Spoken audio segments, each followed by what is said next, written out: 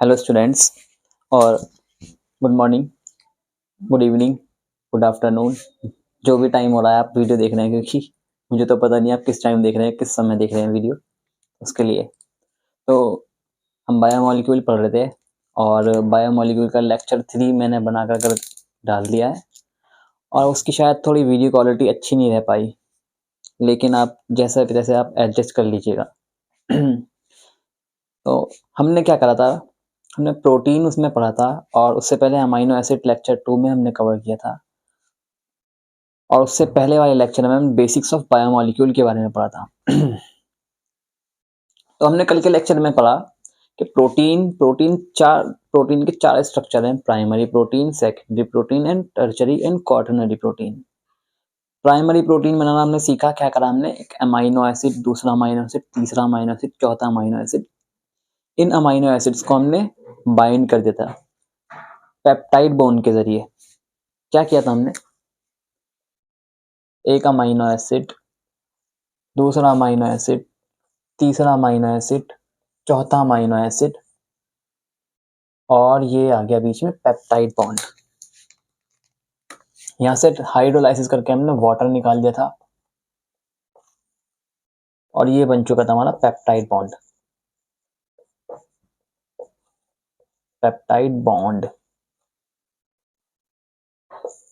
और peptide bond कैसे बनता है, due to hydrolysis of water.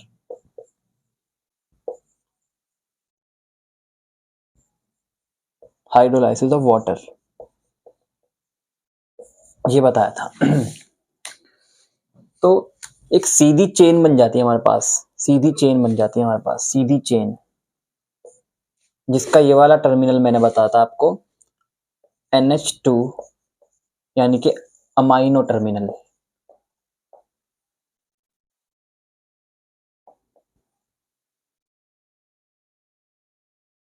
Amino terminal और यहां पर COOH, COOH कार्बोक्सिलिक टर्मिनल या C टर्मिनल।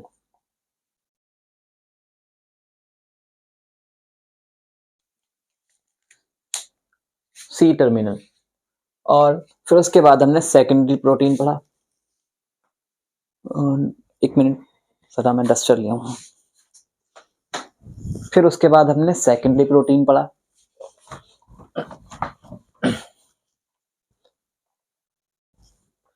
सेकेंडरी प्रोटीन में हमने देखा कि उसमें एक एक्स्ट्रा बॉन्ड आ जाता है, इसमें पेप्टाइड बॉन्ड बना हमारा, उसमें आ जाता है हाइड्रोजन बॉन्ड और उसके दो एग्जांपल भी देखे हमने सेकेंडरी प्रोटीन के। सेकेंडरी प्रोटीन देखा फिर हमने सेकेंडरी प्रोटीन,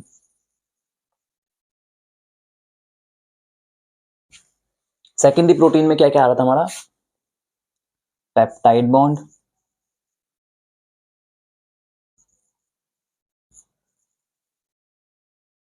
और दूसरा हाइड्रोजन बॉन्ड और इसके दो एग्जांपल थे। पहला था हमारे पास alpha helix, alpha helix structure. Alpha helix structure मैंने बताया था इस तरह से होता है, राइट हैंडेड कॉइल है,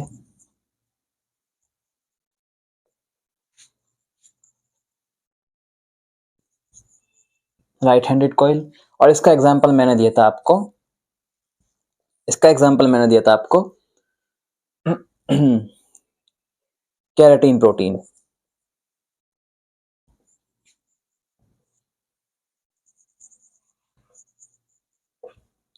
केराटिन प्रोटीन किसमें होती है, नेल्स के अंदर। जैसे हमारे नेल्स कैसे हो जाते हैं, राउंड हो जाते हैं, जब ज्यादा बड़े हो जाते हैं हम कटाते नहीं हैं नेल्स को, तो नेल्स कटाने चाहिए और उसमें गंदगी वगैरह घुस जाती है, इस वजह से। इसका एग्जांपल नेल्स और इसमें आता है बीटा प्लेटेड शीट। दूसरा बीटा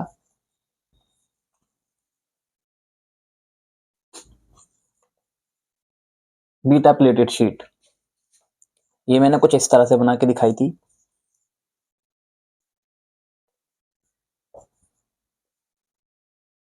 और इसका एग्जांपल मैंने आपको बताया था सिल्क फाइब्रोनिन। carefully. Fibronin.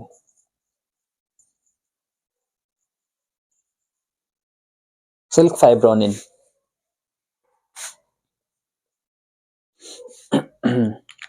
और फिर उसके बाद हम टेरिचरी प्रोटीन पर आ गए थे। तो इतना रब कर रहा हूं मैं। टेरिचरी प्रोटीन पर आ गए थे और टेरिचरी प्रोटीन में हमारे पास एक बॉन्ड और एक्स्ट्रा आ गया था और बहुत ज़्यादा इंपॉर्टेंट है टेरिचरी प्रोटीन। और ये primary protein and secondary protein non functional है।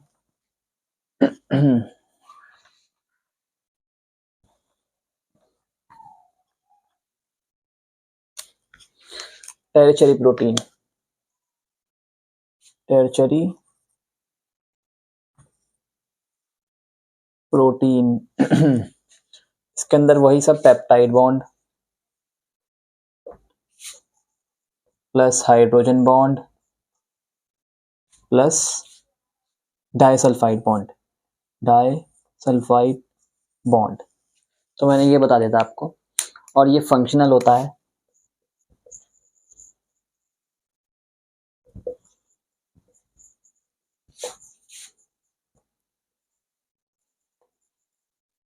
Our body. इतना कर लीजिए और पहले आप एक क्वेश्चन देख लीजिए, इसके साथ साथ क्वेश्चन को टैकल करने की कोशिश कीजिए। क्वेश्चन है विच इज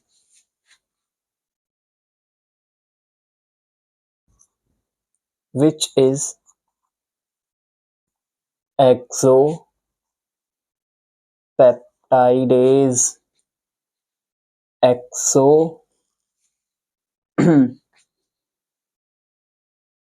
एक सेकेंड जरा मैं चेक कर लेता हूँ। हाँ, एक्सोपेप्टाइडेज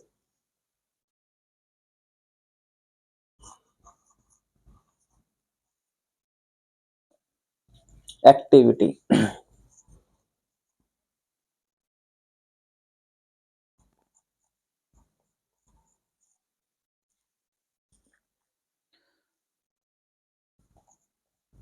ऑप्शन है हमारे पास trypsin,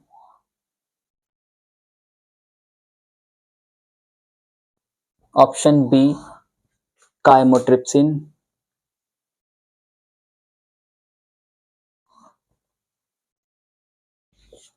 and option C is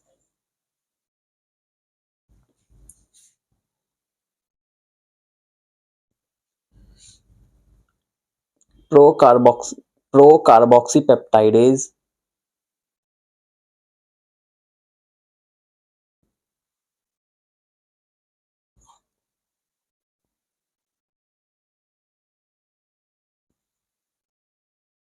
and option D is carboxypeptidase.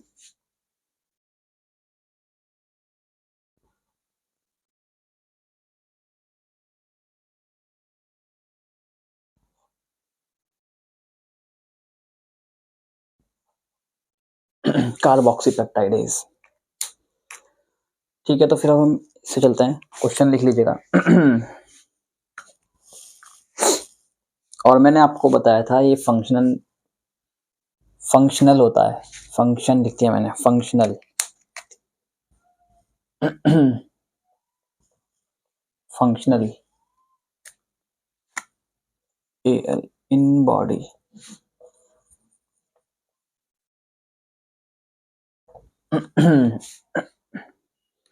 और इसके एग्जाम्पल मैंने आपको बताए थे। इसके examples myoglobin,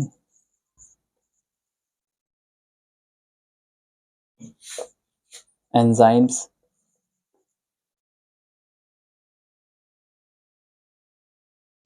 most protein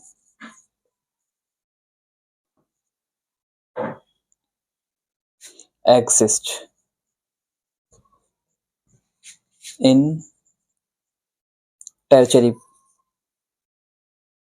structure.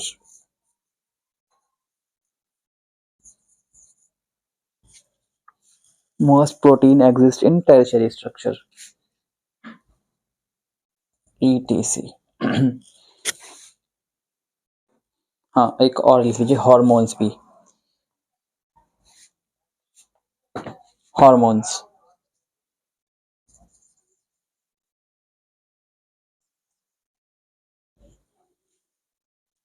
Hormones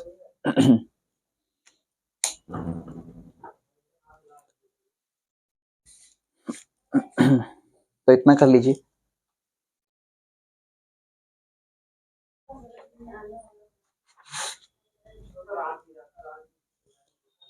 ठीक है, तो मैं अब कर रहा हूँ ये।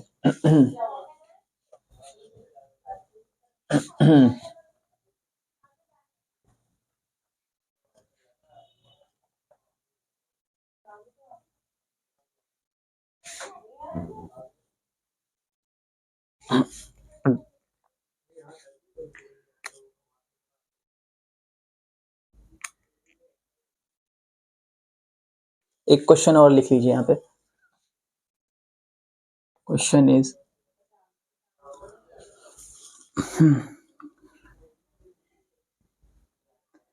if the chain is folded on itself,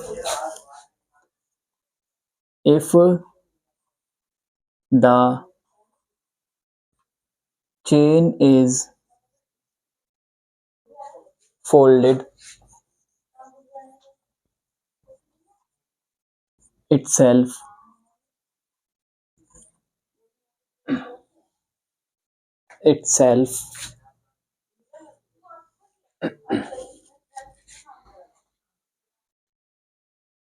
to form hollow woolen ball,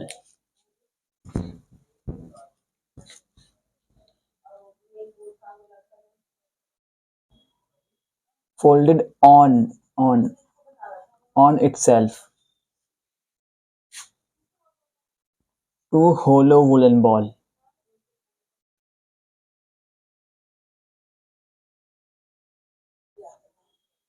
woolen ball।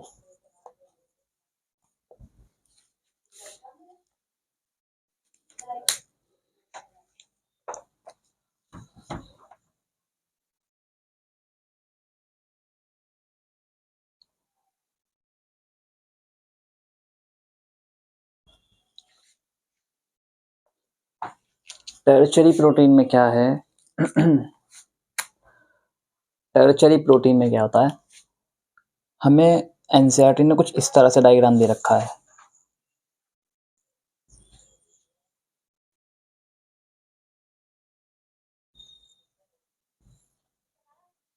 कुछ इस तरह से डायग्राम दिखाया हुआ है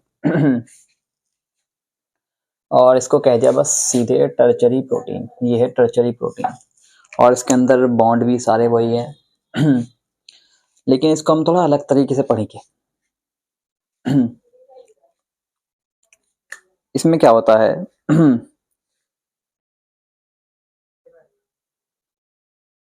एक डाइसल्फाइड बॉन्ड एक्स्ट्रा आ चुका है। डाइसल्फाइड, कौन सा बॉन्ड है इसमें? डाइसल्फाइड बॉन्ड एक्स्ट्रा है। बाकी हाइड्रोजन बॉन्ड हो और पेप्टाइड बॉन्ड तो पहले वाले सेकेंडरी प्रोटीन के अंदर था। हाइड्रोजन बॉन्ड और पेप्टाइड बॉन्ड वो तो सारे ही प्रोटीन के अंदर होगा, प्राइमरी, सेकेंडरी और टर्शरी, कोई सा भी, ठीक है। लेकिन इसके अंदर आया disulphide bond, disulphide bond, disulphide bond. अब देखिए ये क्या कह रहा है, डाइसल्फाइड बॉन्ड एक्स्ट्रा आ चुका है इसके अंदर। सल्फाइड पर थोड़ा गौर करना। मैंने आपको बताया था आपसे पहले एरोमेटिक के बाद, मैंने एरोमेटिक बताया था। हाँ, एरोमेटिक के लिए मैंने आपको ट्रिक बतानी भूल गया। और अमाइनो एसिड 20, यानी कि 20 अमाइनो एसिड बताया था मैंने, 10 एसेंशियल और 10 नॉन एसेंशियल। जो 10 एसेंशियल अमाइनो एसिड थे उसकी भी ट्रिक बतानी मैं भूल गया, लेकिन मैं बता दूंगा अभी लास्ट में। मैंने क्या बताया था, एरोमेटिक बताए थे मैंने, फिर उसके बाद मैंने बताया था सल्फर कंटेनिंग अमाइनो एसिड, यानी कि सल्फाइड। एक बताया था मैंने आपको, क्या बताया था मैंने आपको, cysteine.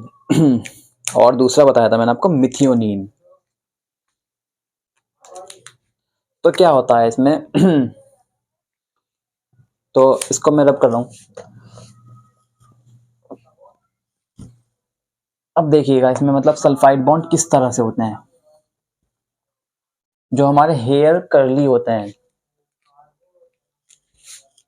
Due to disulphide bond. लिख लीजिए पहले वाला पॉइंट लिख लीजिए। Curling of hair, curling of hair due to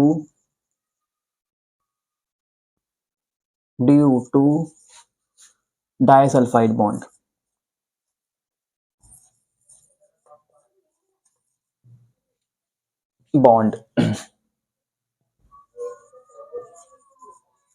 इसका आंसर अभी मैं बता दूंगा, डायरेक्ट आंसर बता दूंगा। हमारे पास क्या है, अमाइनो एसिड ले लेते हैं, एक सिस्टीन, सिस्टीन ले लेते हैं दोनों, मान लीजिए सिस्टीन का स्ट्रक्चर बनाया अपनी कॉपी में जल्दी से। COOH NH2, यहाँ हाइड्रोजन, यहाँ था CH2 और ये मैं ये वाला चलो ठीक है ये रहते हैं, और यहाँ था हमारे पास S S बना रहा हूँ मैं इस तरह से SH, ठीक है। और यहाँ ले लेते हैं हम एक और सिस्टीन बना लेते हैं यहाँ पे NH2 कार्बन COOH और हाइड्रोजन और यहाँ CH2 और SH, ठीक है। और यहाँ पे भी हम क्या करेंगे, हाइड्रोलाइसिस ऑफ वाटर कर देंगे। यहाँ से दोनों हाइड्रोजन एक ऑक्सीजन के साथ बाइंड करेंगे और बना लेंगे वाटर। ऑक्सीजन कहीं ना कहीं से आ ही जाएगा, तो क्या होगा यहाँ पे H2O बन के बाहर निकल जाएगा और यहाँ पर बन जाएगा एक नया बॉन्ड। तो इसको मैं रब कर दूं, ठीक है, इतना आप देख लीजिए। तो उसके बाद क्या होगा यहाँ पे यहाँ पे क्या आ जाएगा, सल्फर सल्फर, और ये कुछ इस तरह से बॉन्ड बन जाएंगे और यहाँ पर हमारा वाटर, यहाँ पे वाटर निकल जाएगा, ठीक है। ये तो डाइसल्फाइड बॉन्ड कुछ इस तरह से इसमें दिखाई देगा हमें, और डाइसल्फाइड बॉन्ड की वजह से हमारे क्या होता है, हेयर कर्ली होते हैं। और एंटीबॉडी, एंटीबॉडी एंटीबॉडी देखिए, एंटीबॉडी एंटीबॉडी एंटीबॉडी के बारे में आपको पता होगा, कोई भी पैथोजन हमारी बॉडी में अटैक करता है तो उसके अगेंस्ट एंटीबॉडी तैयार होती है, उससे फाइट करने के लिए, उसको मारने के लिए, ताकि वो हमारी बॉडी में हार्मफुल पैथोजन के लिए, ताकि वो हमारी बॉडी में कोई ऐसी क्रियाएं ना करे जिससे हम बीमार पड़ जाएं, ठीक है ना। तो एंटीबॉडी बनती है और एंटीबॉडी का स्ट्रक्चर कुछ इस तरह से होता है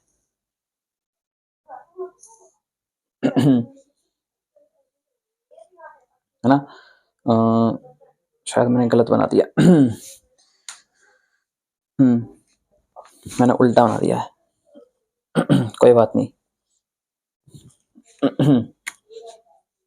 कुछ इस तरह से दे रखा है एनसीईआरटी ने, और ये ऐसे, और यहाँ पर जो इनके बीच में थोड़ा मैं चौड़ा बड़ा कर रहा हूँ इसे और आपको दिखाई नहीं दे जाए ताकि अच्छे से,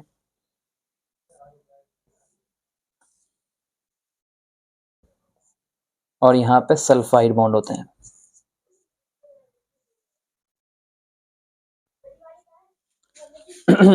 पूरे में यहाँ पर भी, यहाँ पर भी और यहाँ पर भी कुछ इस तरह से एंटीबॉडी का स्ट्रक्चर दे रखा है।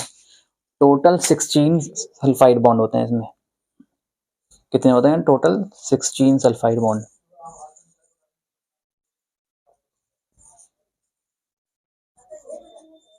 एंटीबॉडी के अंदर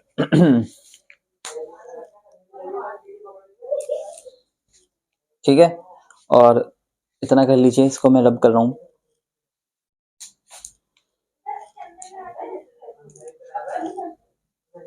अभी इस क्वेश्चन को टैकल करने, अभी क्वेश्चन को अभी टैकल करेंगे, इसको देखेंगे कि क्या है इस क्वेश्चन के अंदर, हम कैसे सॉल्व कर पाएंगे इस तरह के क्वेश्चंस, और इस क्वेश्चन के बारे में भी अभी बताऊंगा मैं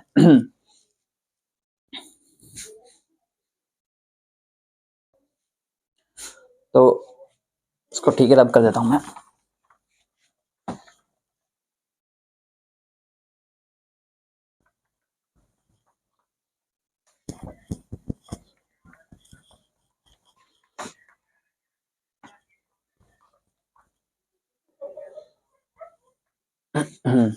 हाँ, अब एक अगला पॉइंट है इसका टर्शरी स्ट्रक्चर, नहीं,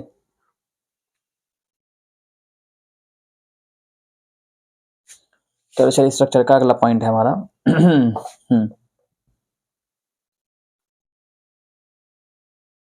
the result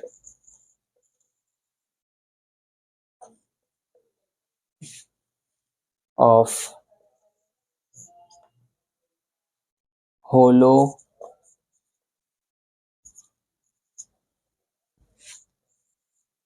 woollen ball,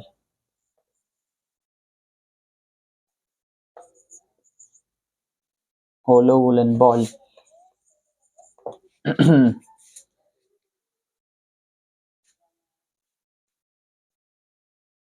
tertiary protein की वजह से ही क्या बनता है हमारा होलो वुलन बॉल, यानी कि कुछ इस तरह से हो जाता है।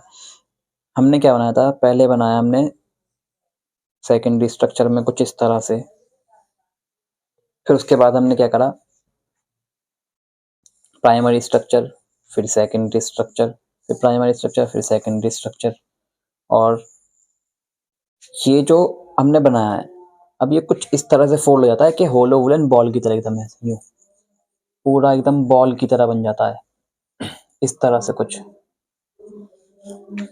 होलो वुलन बॉल की तरह, जब ऊन का गोला होता है ना, इस तरह से ये स्ट्रक्चर बन जाता है। फिर हम इसी वजह से हम इसको बोलते हैं होलो वुलन बॉल, इसको बोलते हैं हम hollow woollen ball, hollow woollen ball तो हमारे पास क्या है इसमें, if the chain is folded on itself to hollow woollen ball, तो इसका आंसर क्या जाएगा, tertiary structure, tertiary structure, tertiary structure की वजह से वो क्या हो जाती है, फोल्ड हो जाती है टर्शरी स्ट्रक्चर ऑफ प्रोटीन, ये लिख लीजिए या फिर ठीक है। और अब हम इस क्वेश्चन के ऊपर चलते हैं थोड़ा तो मैं ये रब कर रहा हूँ अब, अगर इतना कर लिया हो तो ये क्वेश्चन भी रब कर देता हूँ।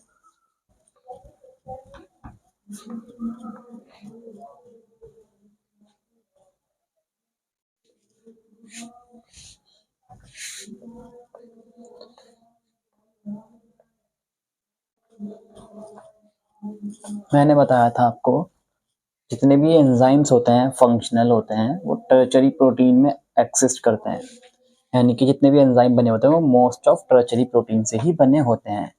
और अब बात करते हैं हम थोड़ा सा पेनक्रियाज के बारे में देखिए पहले। पेनक्रियाज,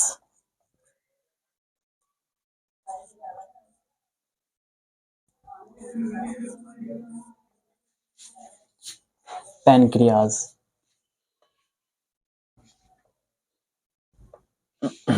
पेनक्रियाज के पास क्या होता है, पेनक्रियाज के बारे में आपको पता ही होगा, pancreatic juice, bile juice, succus entericus, digestion chapter थोड़ा बहुत आपको शायद इसके बारे में पता हो। और पेनक्रियाज क्या रिलीज करता है, पेनक्रिएटिक जूस, पेनक्रिएटिक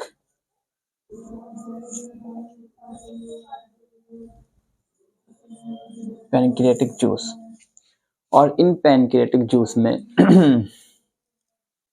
प्रोटीन को डाइजेस्ट करने वाले एंजाइम्स भी होते हैं, और फैट भी, लिपिड फैट को डाइजेस्ट करने के लिए भी होता है, न्यूक्लिक एसिड को, स्टार्च को, एमाइलेज वगैरह, ये सब तो होते हैं। लेकिन हम प्रोटीन के बारे में पढ़ रहे हैं तो हम देखेंगे कि प्रोटीन कैसे डाइजेस्ट हो रहा है ना, प्रोटीन के बारे में पढ़ रहे हैं तो प्रोटीन को ही देखेंगे हम। तो इसके पास क्या होता है, प्रोटीन को डाइजेस्ट करने वाला एंजाइम होता है, protein digesting enzyme, protein digesting enzyme. Enzymes, ठीक है। तो पहला एंजाइम हमारे पास पहला एंजाइम है trypsinogen, trypsinogen.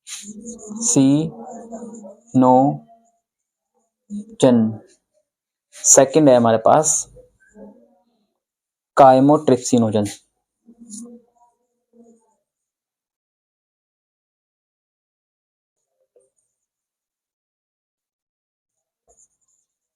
Chymotrypsinogen. And third is pro carboxy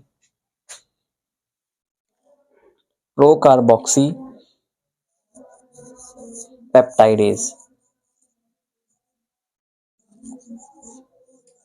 procarboxy peptidase. ठीक है। तो ये तीनों एंजाइम आते हैं हमारे पास प्रोटीन को डाइजेस्ट करने के लिए, इसको डाइजेस्ट करते हैं प्रोटीन को डाइजेस्ट करने के लिए ये तीनों एंजाइम आते हैं हमारे पास। एक क्वेश्चन और लिख लीजिए जरा, यहाँ लिख लेते हैं नीचे। क्वेश्चन है which is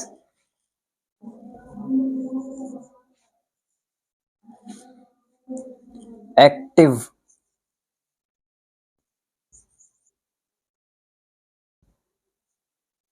enzyme,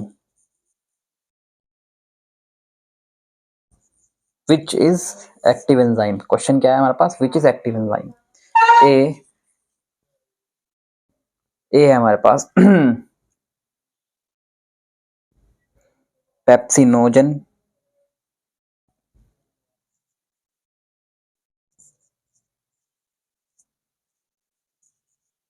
and B trypsinogen,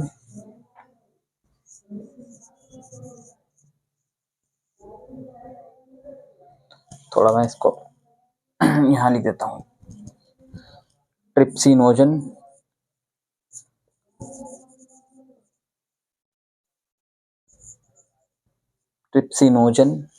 and option C is chymotrypsin,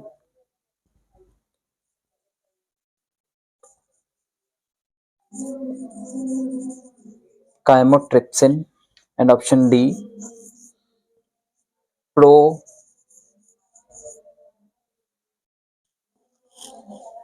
procarboxy peptidase.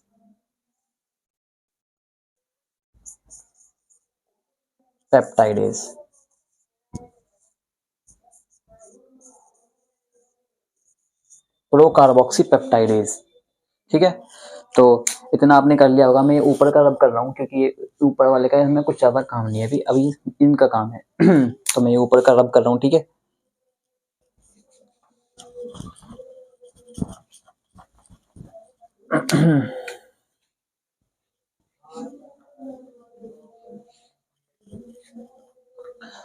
तो एक ट्रिक है जिससे हम पता लगा लेते हैं कि एक्टिव एंजाइम कौन से हैं और इनएक्टिव फॉर्म में कौन से एंजाइम्स हैं। तो मैं उस ट्रिक को बता दूंगा और इस क्वेश्चन को हम आसानी से टैकल कर लेंगे, ठीक है। तो मैं बता देता हूँ आपको ट्रिक क्या है। लिख लीजिए ट्रिक क्या है हमारे पास। लास्ट में यानी कि वर्ड के लास्ट में मिल जाए अगर हमें नोजन, NO, या फिर ओजन लिख लीजिए, ओनली ओजन, OGEN, ओजन। तो वो क्या होगा, इनएक्टिव। क्या होगा वो, इनएक्टिव होगा। इनएक्टिव, ठीक है, इनएक्टिव होगा। और अगर शुरू में मिल जाए हमें, शुरू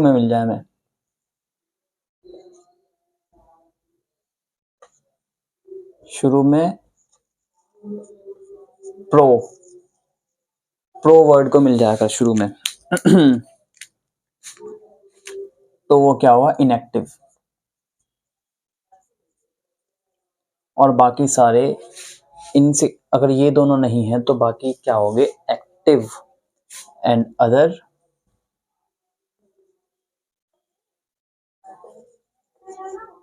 क्या होंगे, एक्टिव। ठीक है। तो अब देखिए जैसे हमारे पास ये क्या है, ओजन, और ये क्या है, प्रो, और ये क्या है, ओजन। तो ये तीनों क्या है, इनएक्टिव फॉर्म में। ऐसे ही अगर आप इस क्वेश्चन को देखें, विच इज एक्टिव एंजाइम पूछ रहा है हमसे। एक्टिव एंजाइम कौन सा है हमारे पास, ये क्या है, पेप्सिनोजन, ओजन। तो क्या हो गया, ये इनएक्टिव हो गया। एक्टिव होता है इसका पेप्सिन, लिख लेंगे आप अपनी कॉपी में साइड में, पेप्सिन एक्टिव होता है, पेप्सिन। और ये काय के लिए आता है, ये स्टमक में होता है और प्रेजेंट होता है, प्रेजेंट मैंने आपको बताया था शॉर्टकट तरीका प्रेजेंट को लिखने के लिए, प्लस और एन और टी बना दीजिए, present in, sorry plus, present in stomach. और क्या डाइजेस्ट करता है ये ये लिपिड डाइजेस्ट करने में हेल्प करता है, हेल्प टू डाइजेस्ट लिपिड। ये लिख लीजिएगा आप साइड में, छोटा सा नोट्स पॉइंट लिख लीजिए चाहे। ये आता है काइमोट्रिप्सिन, और यहाँ पे क्या लिखा है, ओजन, ट्रिप्सिनोजन, सॉरी हाँ ट्रिप्सिनोजन तो ये क्या है, इनएक्टिव है, इसके बारे में अभी हम पढ़ेंगे, ये लिखा है यहाँ पर। फिर आता है काइमोट्रिप्सिनोजन लिखा है इसमें, तो काइमोट्रिप्सिन क्या होगा, एक्टिव और अगर इसमें ओजन होता तो ये क्या हो जाता है, इनएक्टिव। तो हमारे पास क्या आएगा ऑप्शन, काइमोट्रिप्सिन। और इसका इनएक्टिव कौन सा हो गया, काइमोट्रिप्सिनोजन, ये इनएक्टिव है। ऐसे ही अगर डी ऑप्शन को देख लीजिए एक बार, प्रो कार्बोक्सी पेप्टाइडेज, प्रो आ गया शुरू में, तो यानी कि ये क्या है, इनएक्टिव। तो हमसे क्या पूछ रहा है, एक्टिव कौन सा है, तो हमारे पास सी ऑप्शन आ चुका है, ठीक है। और इतना कर लीजिए, मैं इसको रब कर रहा हूँ अब, ठीक है। वीडियो को पोस्ट करके आप कर सकते हैं, मैं इसको रब कर रहा हूँ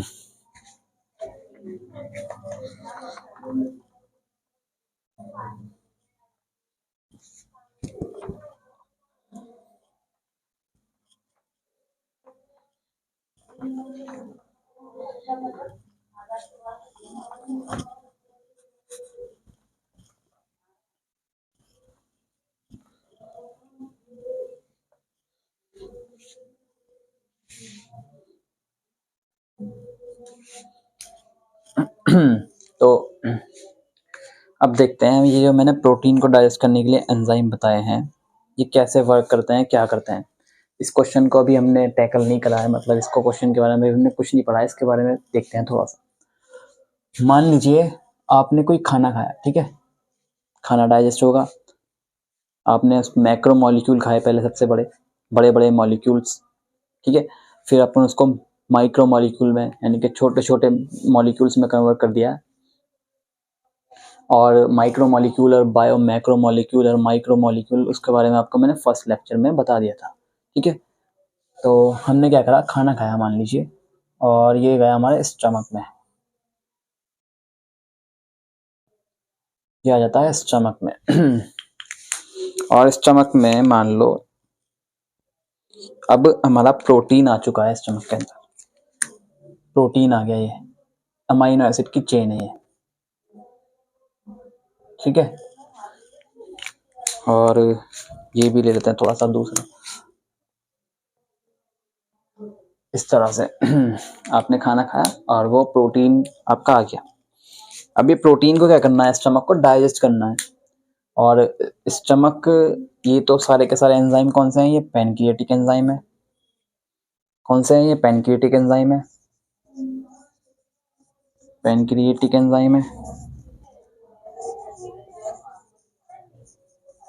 पैनक्रिएटिक एंजाइम है। तो ये क्या होगा, ये प्रोटीन जो है आपका डाइजेस्ट स्टमक में हो नहीं सकता फिर ये, क्योंकि पैनक्रियाज जो हमारा ये प्रोटीन है, ये जाएंगे ड्यूडेनम में, ड्यूडेनम में,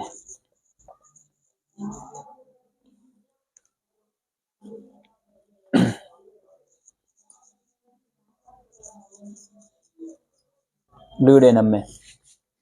और ये स्टमक है,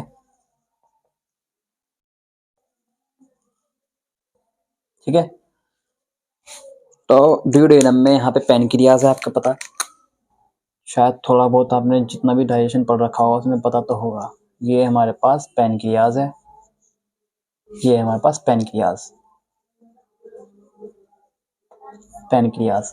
और पैनक्रियाज क्या कर रहा है, पैनक्रिएटिक जूस, पैनक्रिएटिक एंजाइम, है ना। पैनक्रिएटिक जूस के अंदर क्या होंगे, पैनक्रिएटिक एंजाइम, पैनक्रिएटिक एंजाइम को बना रहा होगा जो कि इनएक्टिव फॉर्म में है अभी, ठीक है। तो ये एक्टिव होंगे पहले तो इनको एक्टिव करने के लिए एक एंजाइम होता है ड्यूडेनम के अंदर, एंटीरोकाइनेज। कौन सा एंजाइम होता है इसके अंदर, प्लस लिख दिया यानी कि प्रेजेंट है इसके अंदर, एंटीरोकाइनेज।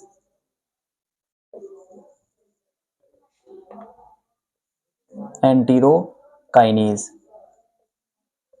एंटीरोकाइनेज क्या करता है, एंटीरोकाइनेज जाता है ट्रिप्सिन के पास, भागा भागा ट्रिप्सिन के पास जाकर कहता है मैं तुझे एक्टिव कर रहा हूँ और मैं ज्यादा कुछ करने का हूँ नहीं, फिर तू बाकियों को एक्टिव कर देगा, ठीक है ना।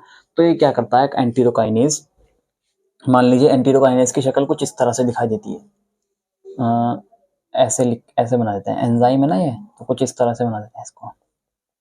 एंटीरोकाइनेज आएगा और ये यहाँ तक आ गया और ट्रिप्सिन के टी पर मान लो अटैक कर देगा और इसको बहुत पीटेगा, इसका ये जो ओजन है ये हट जाएगा तो ये कन्वर्ट हो जाएगा किसमें, ट्रिप्सिन में।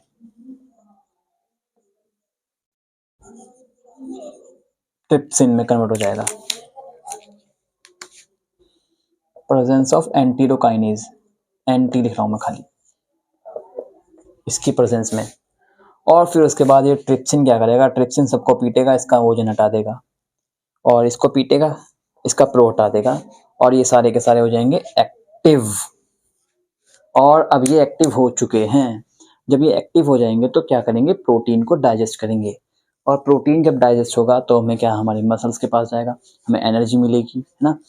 तो मैं ये प्रो मिटा देता हूँ, रब कर देता हूँ, यानी कि अब ये हो चुका है एक्टिव और ये ओजन हटा दो तो ये हो गया एक्टिव, ठीक है। ये अब हो गए एक्टिव तो हम क्या पढ़ रहे थे अभी, हमने प्रोटीन को अब डाइजेस्ट करना है, कैसे डाइजेस्ट होगा, प्रोटीन कैसे टूटेगा, हम पेप्टाइड बॉन्ड को तोड़ेंगे, कैसे कैसे पेप्टाइड बॉन्ड टूटेंगे, फिर उसके बाद प्रोटीन कैसे डाइजेस्ट होगा, अब वो देख लेते हैं ठीक है। मैं इतना रब कर दूं, अब आपको अगर समझ में आ गया हो तो ठीक है, तो मैं ये सब रब कर देता हूँ, ठीक है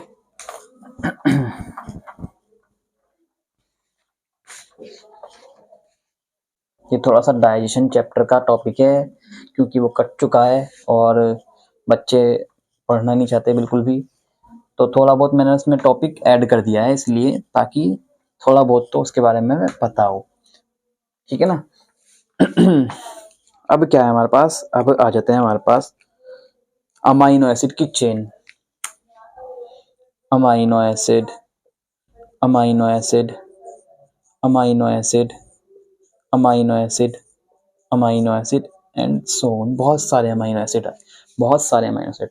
और यहाँ पर हमारे पास एन टर्मिनल, अमाइनो टर्मिनल, और यहाँ पर है हमारे पास सी टर्मिनल, कार्बोक्सिलिक टर्मिनल। तो देखिए सबसे पहले जो हमारे पास एंजाइम आएगा हमें क्वेश्चन में कहा गया है विच इज एक्सोपेप्टाइडेज, एक्सो का मतलब पता है आपको, बाहर, बाहर, बाहर की तरफ, पेप्टाइडेज, पेप्टाइड, पेप्टाइडेज, एज जहां पे भी आता है उसका मतलब एंजाइम, एंजाइम। और पेप्टाइड बॉन्ड यानी कि प्रोटीन को डाइजेस्ट करने के लिए बाहर की तरफ से कौन आएगा, ठीक है ना, ये तो मैंने आपको अभी बताया तीन, कौन कौन से, जल्दी जल्दी एक्टिव वाले फॉर्म में लिखेंगे, ट्रिप्सिन, ट्रिप्सिन, यहाँ नहीं, नीचे लिख लेते हैं नीचे लिख लेते हैं यहाँ, ट्रिप्सिन और काइमोट्रिप्सिन,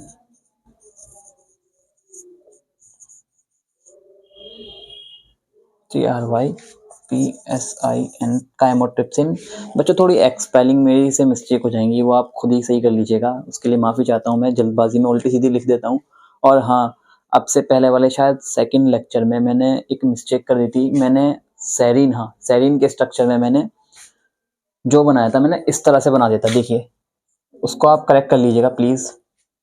COOH और NH2, मैंने क्या करा था उसमें, मैंने बना दिया था OH ऐसे, ये गलत स्ट्रक्चर है, प्लीज़ उसके लिए मैं माफ़ी चाहता हूँ, आप उसको करेक्ट कर लीजिए। इसमें क्या है, यहाँ पर एक CH2 और आएगा, CH2, अब यहाँ पर लगा दीजिए आप OH, इस तरह से लगा दीजिए OH, ठीक है। तो बाय मिस्टेक मेरा फॉल्ट है, और धीरे धीरे मैं इसको इम्प्रूव करूँगा, और जितनी भी ये प्रॉब्लम्स हो रही हैं इसको ठीक करूँगा। तो आप इसको प्लीज़ सेरीन का स्ट्रक्चर है ठीक कर लीजिएगा। ठीक है। और तीसरा है हमारे पास कार्बोक्सी पेप्टाइडेज।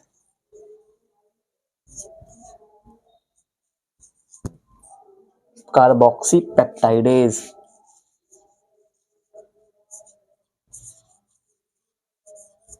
देखिए इसके नाम में छुपा है पेप्टाइडेज, पेप्टाइड को तोड़ने के लिए आया है, पेप्टाइड को तोड़ने के लिए आया है, पेप्टाइड बॉन्ड को तोड़ने के लिए आया है। कौन से बॉन्ड को, पेप्टाइड बॉन्ड को, पेप्टाइड, ये पेप्टाइड बॉन्ड ही तो हमने बनाया था सबसे पहले वाले लेक्चर में, ठीक है।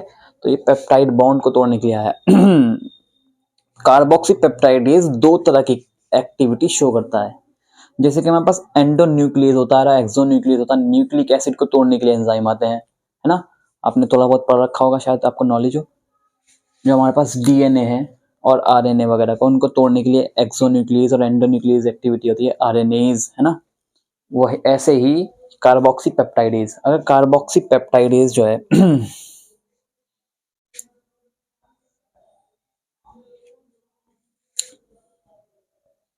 ये क्या होगा यहाँ पर, सॉरी, हाँ ठीक है। कार्बोक्सी पेप्टाइडेज अगर कार्बोक्सिलिक ग्रुप को तोड़ेगा तो उसको कहेंगे हम कार्बोक्सी पेप्टाइडेज। ये क्या करता है, एक्सोन्यूक्लियस एक्सोपेप्टाइडेज एक्टिविटीज करता है। ये कैसी एक्टिविटी करता है, एक्सोपेप्टाइडेज एक्टिविटी करता है, ये एक्सोपेप्टाइडेज एक्टिविटी करता है। अगर कार्बोक्सिलिक ग्रुप की तरफ से तोड़ेगा, यानी कि C टर्मिनल की तरफ से तोड़ेगा, तो इसको बोलेंगे हम कार्बोक्सी पेप्टाइडेज, कार्बोक्सी पेप्टाइडेज। और अगर अमाइनो की टर्मिनल से तोड़ेगा, N टर्मिनल से तोड़ेगा, तो इसको कहेंगे अमाइनो पेप्टाइडेज।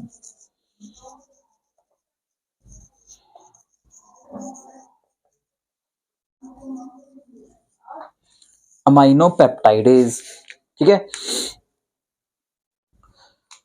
और ऐसे ही अगर मान, ये जो हमारे पास ट्रिप्सिन है और काइमोट्रिप्सिनोजन, जब इसका वर्क कंप्लीट हो जाएगा तो फिर इसके बाद ये डाइजेस्ट करने के लिए आएंगे, फिर इन दोनों का फंक्शन आएगा कि तब तुम डाइजेस्ट करोगे इसको, प्रोटीन के स्ट्रक्चर को, ठीक है। ऐसे ही हमारी इंटेस्टाइन के अंदर ये प्रोसेस चलता रहता है, ठीक है। तो इतना आपने कर लिया, मैं रब कर दूं इसे। हाँ, अब इस क्वेश्चन को देख लीजिए आप जरा, विच इज एक्सोपेप्टाइडेज एक्टिविटी, एक्सोपेप्टाइडेज एक्टिविटी यानी कि बाहर की तरफ से कौन करेगा। तो ये देखिए, ट्रिप्सिन तो नहीं करता, एक्सोपेप्टाइडेज एक्टिविटी कौन करता है, कार्बोक्सी पेप्टाइडेज। तो हमारे पास क्या है, कार्बोक्सी पेप्टाइडेज, आंसर आ जाएगा। और ये देखिए क्या लिखा है, प्रो कार्बोक्सी पेप्टाइडेज, ये तो इनएक्टिव है, तो हमारा बेस्ट ऑप्शन कहाँ जाएगा, कार्बोक्सी पेप्टाइडेज की तरफ। और हम ये भी तो लगा सकते थे प्रो कार्बोक्सी पेप्टाइडेज, लेकिन ये अभी इनएक्टिव फॉर्म में है, ठीक है। तो हम इसको, इसलिए बेस्ट ऑप्शन हमारे पास क्या जाएगा, कार्बोक्सी पेप्टाइडेज। तो इसको मैं रब कर रहा हूँ अब, ठीक है। इसका स्क्रीनशॉट ले लीजिए या इसको लिख ही लीजिए, और रब कर रहा हूँ मैं इसको।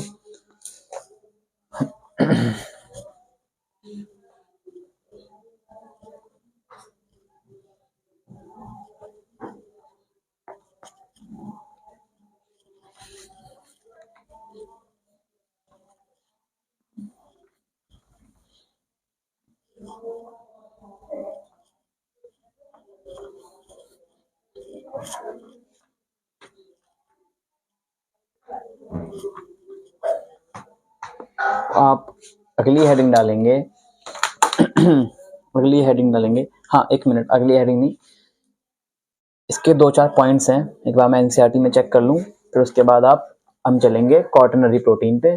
वो ज़्यादा नहीं है, थोड़ा सा ही है, और 1-2 क्वेश्चन और देख लेंगे, फिर उसके बाद हम लिपिड पढ़ेंगे। लिपिड ज़्यादा तो नहीं हो पाएगा, जितना भी हो पाएगा देखते हैं।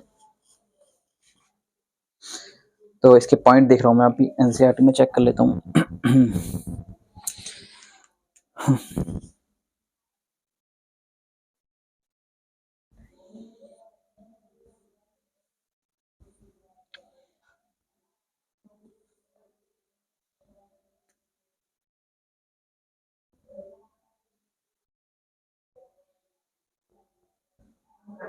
हाँ बस एक पॉइंट रह गया है इसका, बस वो लिख लीजिए आप।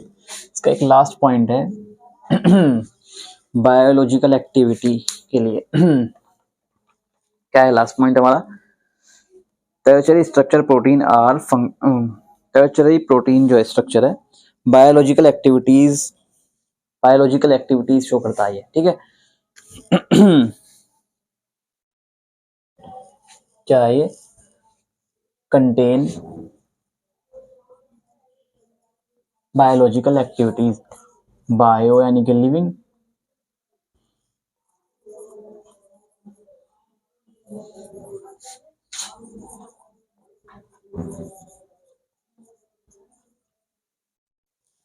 बायोलॉजिकल एक्टिविटीज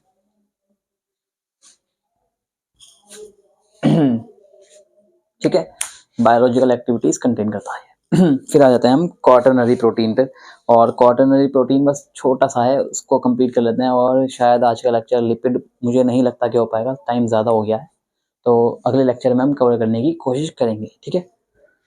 तो हेडिंग डाल लेते हैं, quaternary protein 4 degree protein,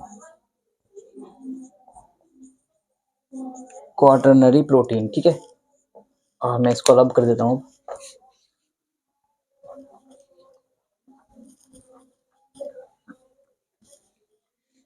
quaternary protein, अब से पहले जो हमने देखा हमने क्या करा है अभी तक? हमने सबसे पहले अमाइनो एसिड पढ़ा, अमाइनो एसिड में हमने बनाया पेप्टाइड बॉन्ड,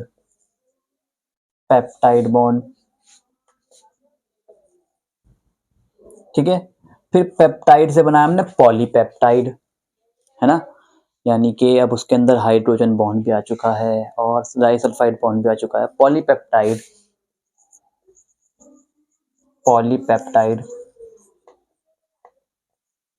और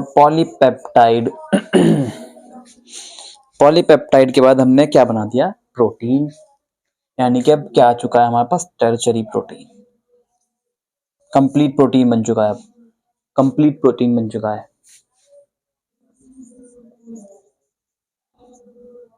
कंप्लीट प्रोटीन बन चुका है ना। यही तो हमने कराया अभी तक, यही तो कराया है हमने अभी तक। तो हमने क्या देखा? जो हमने टर्शरी स्ट्रक्चर तक हमने सिर्फ और सिर्फ पेप्टाइड बॉन्ड ही देखे हैं, है ना। हमने क्या करा, जैसे एक बार देखते हैं। मान लीजिए ये सब पेप्टाइड बॉन्ड के जरिए जुड़ गए, ठीक है। कुछ इस तरह से बनाने की कोशिश तो कर रहा हूं मैं, कुछ इस तरह से जुड़ गए पेप्टाइड बॉन्ड के जरिए। फिर उसके बाद हमने इसका होलो वुलन, इसको राउंड कर दिया। मान लीजिए इस तरह से राउंड हो चुके हैं, होलो वुलन बॉल बन गया, टर्शरी स्ट्रक्चर बन गया, प्राइमरी भी बन गया, उसमें हाइड्रोजन बॉन्डिंग भी आ चुकी है, ठीक है। और उसके बाद हमने क्या देखा उसमें? जो हमने देखे पॉलीपेप्टाइड बॉन्ड देखे, टर्शरी स्ट्रक्चर तक हमने देखे पॉलीपेप्टाइड बॉन्ड, टर्शरी तक। अब जो हम देखने वाले हैं उसके अंदर, अब पॉलीपेप्टाइड बॉन्ड कितने हैं? सिर्फ और सिर्फ एक पॉलीपेप्टाइड बॉन्ड है, एक पॉलीपेप्टाइड बॉन्ड कैसे दिखा देता हूँ मैं आपको थोड़ा सा। पहले आप लिख लीजिए इसके बारे में, इसमें क्या होने वाला है हमारा, आप पहले पॉइंट लिख लीजिए, इसके बाद मैं बता देता हूँ। More than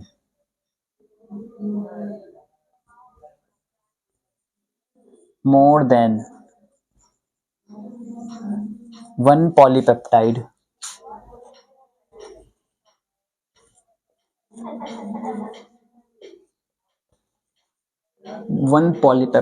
bond,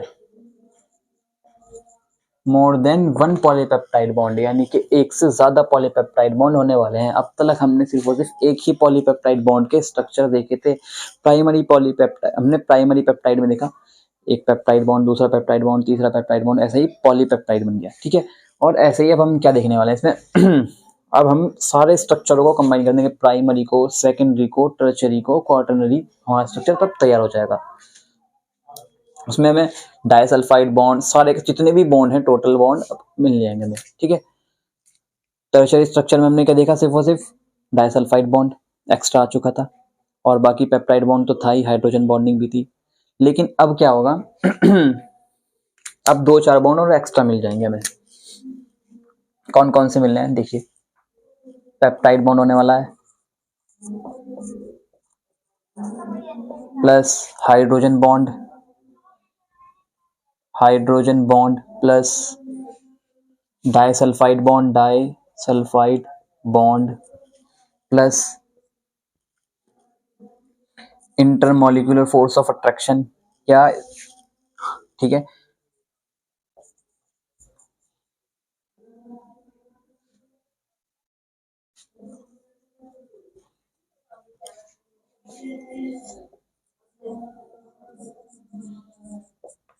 intermolecular force of attraction कैसे होने वाला है, थ्रू इलेक्ट्रोस्टैटिक फोर्स से।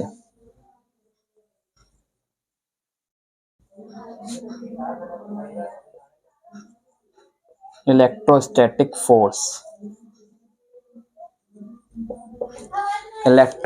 फोर्स ठीक है ना। यानी कि अब उसमें क्या होगा, जितने भी ये पेप्टाइड्स हैं हमारे पास, पॉलीपेप्टाइड्स बनाए हमने, वो अब एक दूसरे को अट्रैक्ट करेंगे और बहुत अलग सा स्ट्रक्चर बनाएंगे।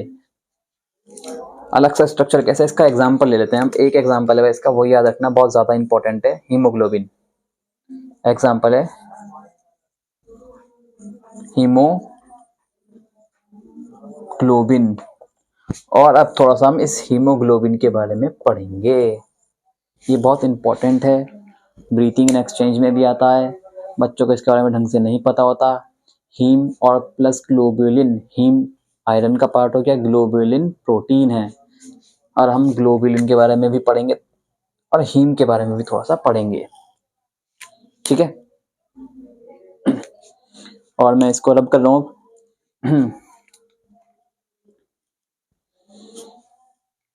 तो हेडिंग डाल लेंगे हीमोग्लोबिन। हीमोग्लोबिन पूरा करते हैं और उसके बाद बस लेक्चर खत्म, लेक्चर का एंड हो जाएगा।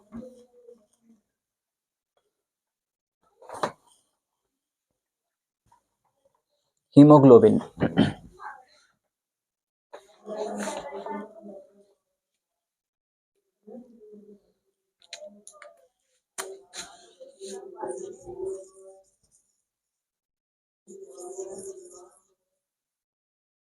हीमोग्लोबिन तो देखिए, हीमोग्लोबिन, हीम को कुछ बुक ऐसे भी लिखती हैं HEME, हीम, और कुछ बुक ऐसे भी लिखती हैं HEAME, हीम। तो दोनों बात एक ही है, और ग्लोबुलिन जो कि हमारे पास प्रोटीन है, प्रोटीन जो अभी हमने बनाया है वही ये प्रोटीन अमाइनो एसिड से बना हुआ। और हीम क्या है हमारे पास, आयरन, Fe2+, आयरन, ठीक है। और ये दोनों कंबाइन होकर बनाते हैं हीमोग्लोबिन, जो ऑक्सीजन कैरी करता है। थोड़ा सा देख लेते हैं, हमारे पास क्या है, ये एल्वोलाई, एल्वोलाई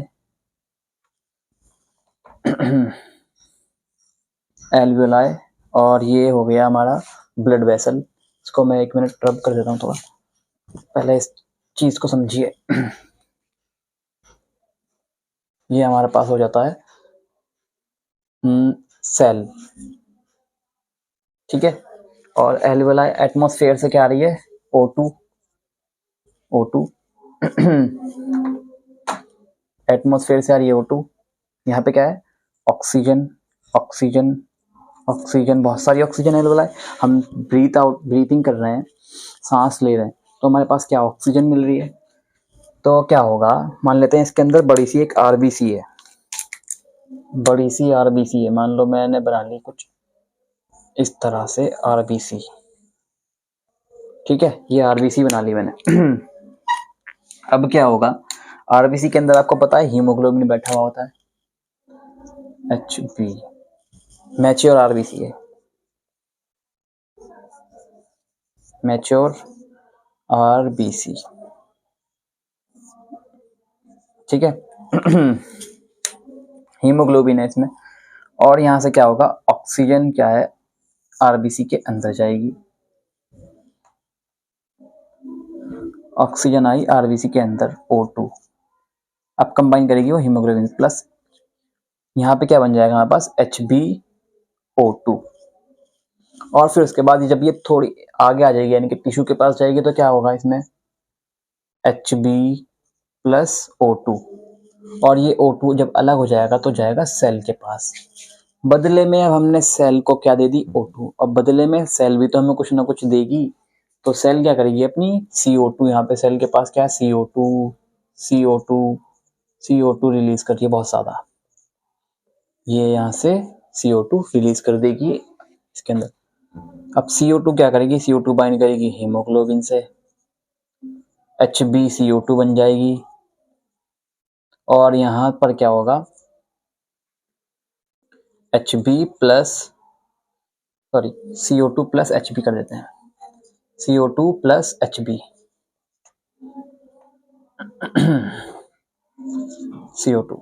और ये CO2 कहाँ जाएगी, वापस एल्वेलाई के अंदर, और यहाँ से क्या हो जाएगी, ब्रीथ आउट हो जाएगी, CO2 बाहर निकल जाएगी एटमॉस्फेयर में, ठीक है। तो ये मैकेनिज्म चल रहा है यहाँ हीमोग्लोबिन के साथ। तो अब थोड़ा हीमोग्लोबिन के बारे में देख लेते हैं। मैंने क्या बताया, हीमोग्लोबिन, हीम है हमारे पास आयरन, Fe2+, ठीक है। और ये है प्रोटीन। अब प्रोटीन की 4 चेन होती हैं हीमोग्लोबिन ग्लोबिन के अंदर, 4 चेन होती हैं प्रोटीन की। 2 अल्फा चेन होती है एंड 2 बीटा चेन होती है, 2 अल्फा चेन होती है, 2 बीटा चेन होती है, इस तरह से होती है कुछ।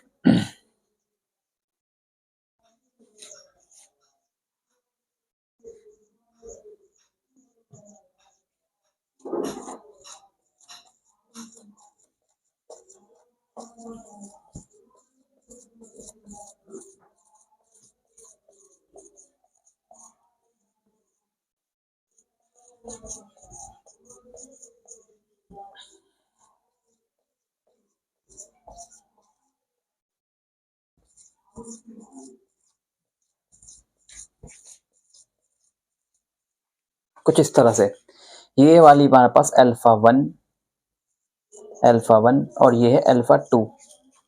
और ये वाली जो चेन है हमारे पास बगल में बड़ी वाली, बीटा 1 और बीटा 2, ठीक है। तो बीटा 1 और बीटा 2, एक क्वेश्चन लिख लीजिए पहले आप। क्वेश्चन है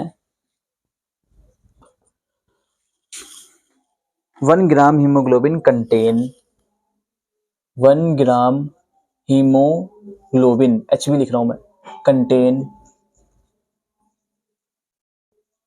-ml O2, -ml of O2, ठीक है। Option A 1.2 ml, option B 1.34 ml, option C 2 ml and option D. आप जो मन करे वो लिख लीजिए, ऑप्शन डी, ठीक है, आपके ऊपर है। नन भी हो सकता है या ऑल ऑफ दीज भी हो सकता है या फिर इनमें से कोई एक भी हो सकता है, ठीक है। तो मैं इसको रब कर दूं, अब इतना हो गया। हाँ, जो हमारे पास अल्फा चेन होती है ये बनाती है हमारे पास, ये जो होती है क्रोमोसोम नंबर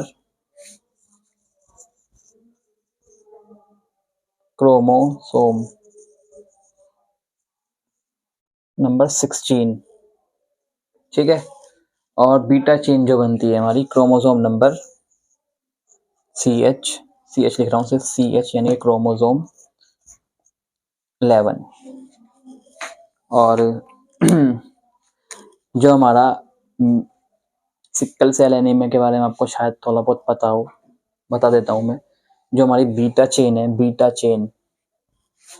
चेन, इसमें क्या हो जाता है क्रोमोसोम नंबर 11 में प्रॉब्लम हो जाती है, म्यूटेशन हो जाता है, जिस वजह से बीटा चेन ढंग से नहीं बन प्रॉपर वर्क नहीं बन पाती है, जिस वजह से हमारा हीमोग्लोबिन का शेप चेंज होता है, सिक्कल सेल ऐसा हो जाता है, सिक्कल लाइक, फ्यूजी फॉर्म बोलते हैं इसे, इस तरह से हो जाता है हीमोग्लोबिन, बहुत छोटा हो जाता है, जिस वजह से ऑक्सीजन ढंग से कैरी नहीं कर पाता है और सिक्कल सेल एनीमिया हो जाता है, जिसको भी सिक्कल सेल एनीमिया होता है, ठीक है।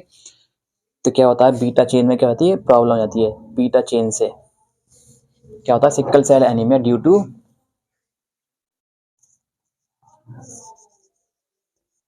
Sickle cell anaemia, ANEMIA, anaemia due to formation of, due to किस वजह से होता है, बीटा चेन की वजह से, बीटा चेन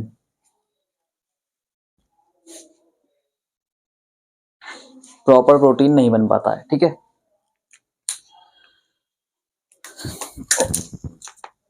तो मैं इसको रब कर रहा हूँ ये रब कर देता हूँ मैं, इतना तो आपने कर ही लिया होगा, इसका स्क्रीनशॉट ले लीजिए या फिर इसको बाद में कर लीजिएगा, मैं रब कर देता हूँ।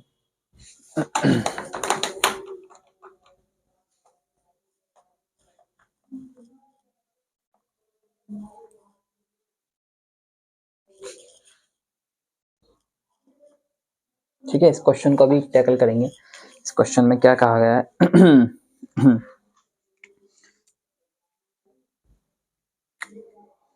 अब देख लीजिए, ब्लड है हमारे पास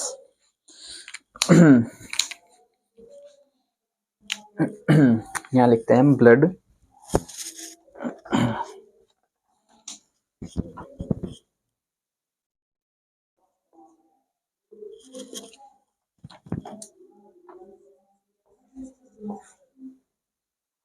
कितना लेते हैं हम, 100 ml, 100 ml ब्लड ले लेते हैं और ले लेते हैं हीमोग्लोबिन। कितना हीमोग्लोबिन होना चाहिए 100 ml ब्लड के अंदर, 12 से 16 ग्राम, तो हम ले लेते हैं 15 ग्राम, ठीक है। और उसके बाद ऑक्सीजन 2 ml, 100 ml ब्लड के अंदर, सॉरी 2 ml, 100 ml ब्लड के अंदर, एक हेल्दी ह्यूमन के 100 ml ब्लड के अंदर, 100 ml ब्लड के अंदर 15 ग्राम होनी चाहिए हीमोग्लोबिन, 2 ml होता है उसके अंदर ऑक्सीजन। ऐसे ही अगर हम निकालें 1 ग्राम के अंदर कितना होगा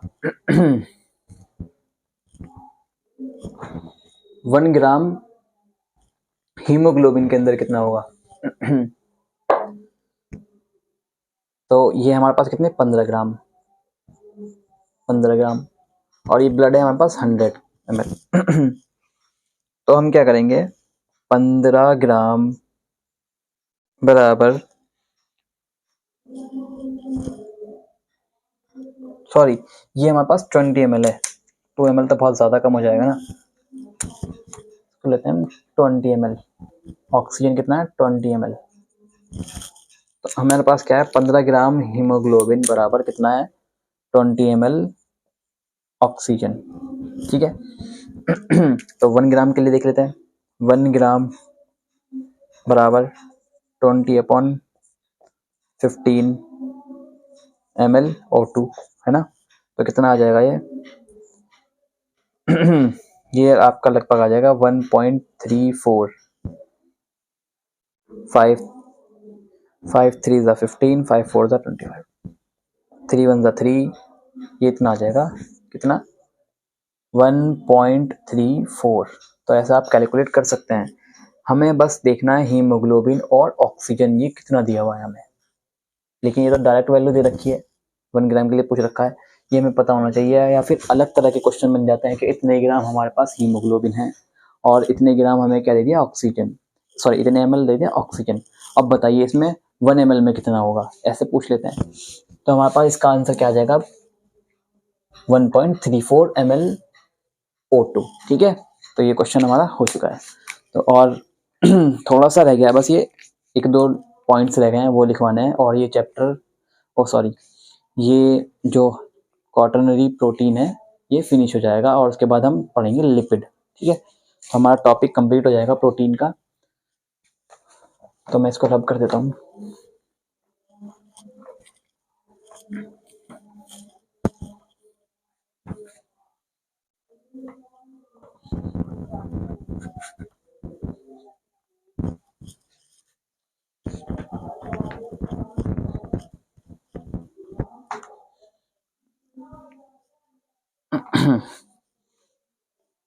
अच्छा, मैंने बताया अभी जो टर्चरी प्रोटीन होता है वो बनाता है मायोग्लोबिन। ठीक है, और जो क्वाटरनरी प्रोटीन होता है वो बनाता है हीमोग्लोबिन।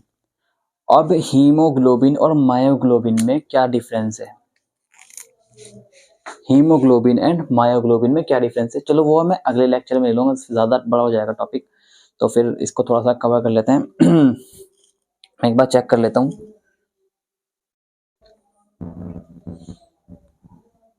ठीक है,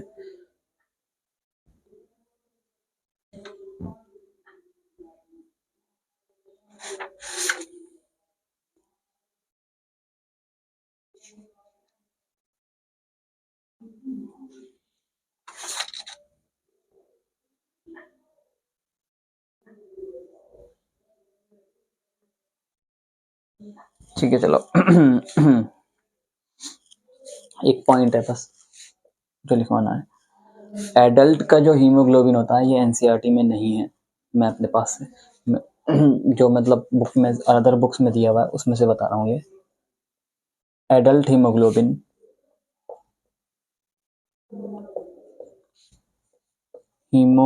कंटेन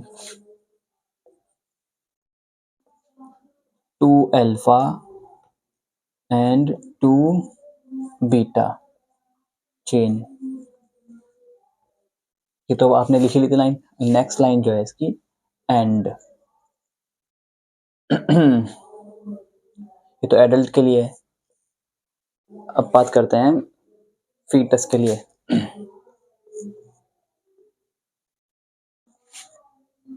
या फिर लिटिल बेबी के लिए। फीटस में क्या होता है 2 अल्फा एंड 2 डेल्टा चेन होती है। 2 alpha and 2 delta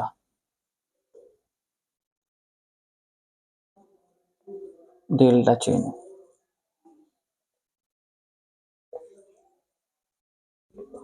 delta chain होती है। 2 अल्फा एंड 2 डेल्टा चेन। तो ये डिफरेंस है फीटस के और एडल्ट के हीमोग्लोबिन में जो मैंने आपको बता दिया है। और मायोग्लोबिन और हीमोग्लोबिन का तो वो मैं अगले लेक्चर में बता ही दूंगा। ठीक है, तो इतना तो हमारा ये अब हीमोग्लोबिन कंप्लीट हो चुका है। इसके अलावा इसमें ज़्यादा कुछ है नहीं।